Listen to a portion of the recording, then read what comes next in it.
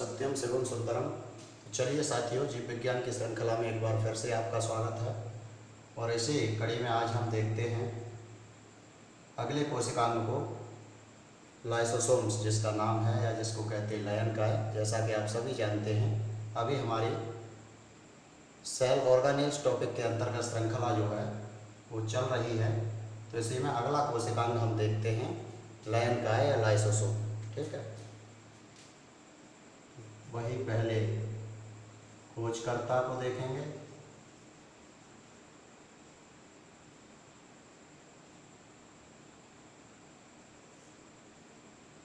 Lysosome, तो इसके खोजकर्ता हैं, देखिए डी डुबे, जिन्होंने 1955 में डी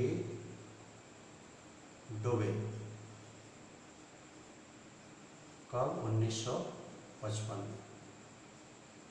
ठीक है, डी डुबे ने 1955 में इसके बारे में बताया, जिसके लिए 1974 में उन्हें नोबेल प्राइज से सम्मानित किया गया था। तो लिख लेंगे 1974 में इस खोज के लिए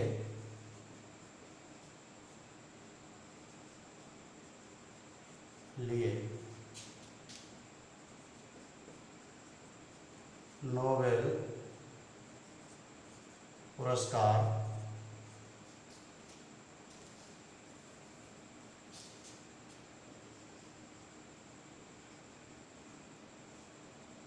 दिया गया। डी डुबे को इस खोज के लिए 1974 में नोबेल पुरस्कार से सम्मानित किया गया था। इसके बाद में आगे देखेंगे तो इसके बाद एक वैज्ञानिक आते हैं नोविकोव, जिन्होंने इलेक्ट्रॉन सूक्ष्मदर्शी से इसका अध्ययन किया और इसके बाद में इसको लाइसोसोम नाम दिया था। नोविकोव ने इलेक्ट्रॉन माइक्रोस्कोप सूक्ष्मदर्शी से स्टडी करने के बाद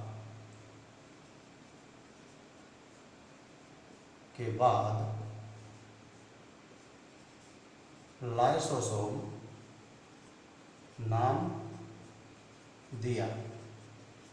तो इन्होंने इसका इलेक्ट्रॉन सूक्ष्मदर्शी से अध्ययन किया और इसके बाद इसको लाइसोसोम कहा था, लाइसोसोम नाम दिया था। इसके बाद में आगे देखेंगे हम, ये कोशिकाएं प्रोकैरियोटिक सेल में नहीं पाए जाते, या हम ये कहें कि सभी यूकैरियोटिक सेल में उपस्थित होते हैं लेकिन मैमल्स के आरबीसी में नहीं पाए जाते। तो एक दो अपवाद भी है। तो प्रोकैरियोटिक सेल में अनुपस्थित होते हैं,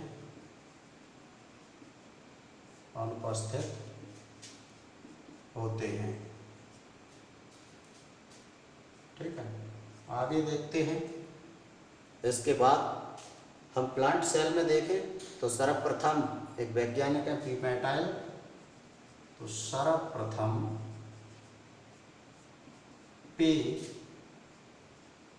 मेटाइल, तो पी मेटाइल साहब ने सबसे पहले 1964 में 1964 में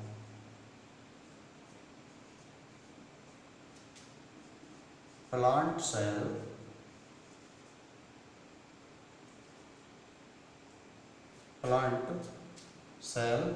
एक न्यूरोस्पोरा नाम का कवक था। न्यूरोस्पोरा कवक में इनकी उपस्थिति का पता लगाया। उपस्थिति दर्शाई। तो पौधों में इनका पता कब चला और किसके द्वारा चला? तो पौधों में पी मेटाइल साहब ने न्यूरोस्पोरा नाम का एक कवक होता है, उसमें इसका पता लगाया था। ठीक है, इसकी जो उत्पत्ति है वो अभी पीछे हमने देखा था, गोल्जी बॉडी से होती है। तो वो भी पॉइंट हम ले लेते हैं। इनकी उत्पत्ति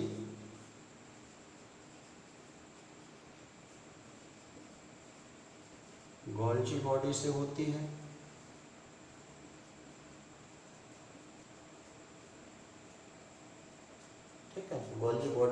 द्वारा इनका निर्माण होता है और इनमें बहुत ही महत्वपूर्ण हाइड्रोलाइटिक नाम के एंजाइम पाए जाते हैं।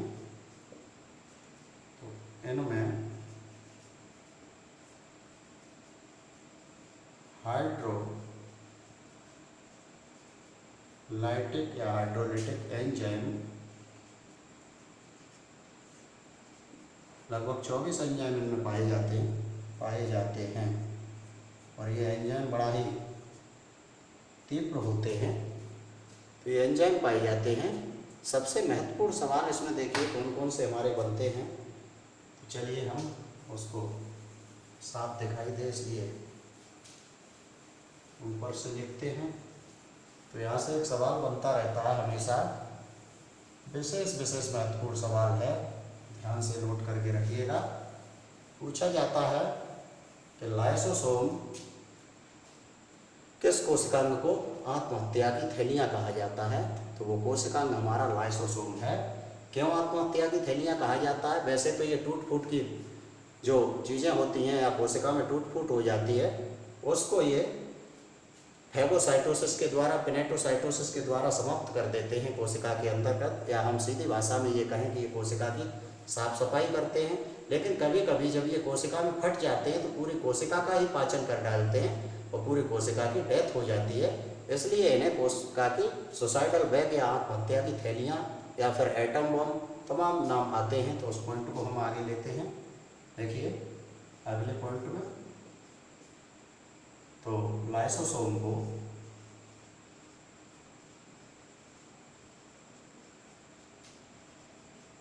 कोशिका की आत्महत्या की थैली या हम कहें सुसाइडल बैग या फिर इनको एटम बम के नाम से भी जाना जाता है। एटम बम या फिर और इनको cellular housekeeper of the cell भी कहा जाता है। Cellular housekeeper of the cell. तो इन्हें कोशिका का जो है सफाई करता भी बोला जाता है। तो ये नाम भी आता है, भी कहते हैं। तो ये पॉइंट आपका विशेष महत्वपूर्ण है, तो इसको ध्यान से याद रखिएगा। आगे हम लेते हैं अगले पॉइंट को।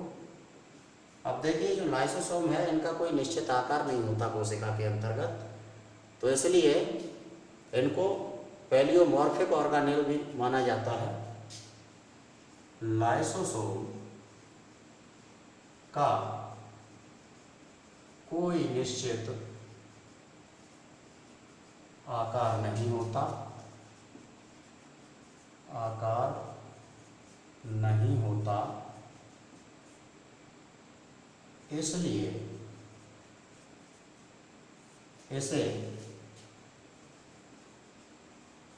इसलिए इसको पैलियोमॉर्फिक ऑर्गेनेल भी कहते हैं। ठीक है, तो इसलिए इसे पैलियोमॉर्फिक ऑर्गेनेल भी कहते हैं या कहा जाता है। तो ये हमारा एक छोटा सा कोशिकांग था लाइसोसोम, लेकिन काम इसका बहुत बड़ा था। तो उम्मीद करता हूँ कि ये वीडियो बहुत ही आपके लिए महत्वपूर्ण रहेगा। तो वीडियो को पूरा देखिए, हमेशा मेरे प्रत्येक वीडियो को पूरा देखिए, लाइक शेयर करिए, जिससे कि आपके साथी जो भी हैं जीव विज्ञान का अधिक से अधिक लाभ ले सकें। तो आज के लिए इस वीडियो में इतना ही। मिलते हैं किसी नई वीडियो में किसी नए सेल ऑर्गेनेल्स के साथ। तब तक के लिए बहुत बहुत धन्यवाद।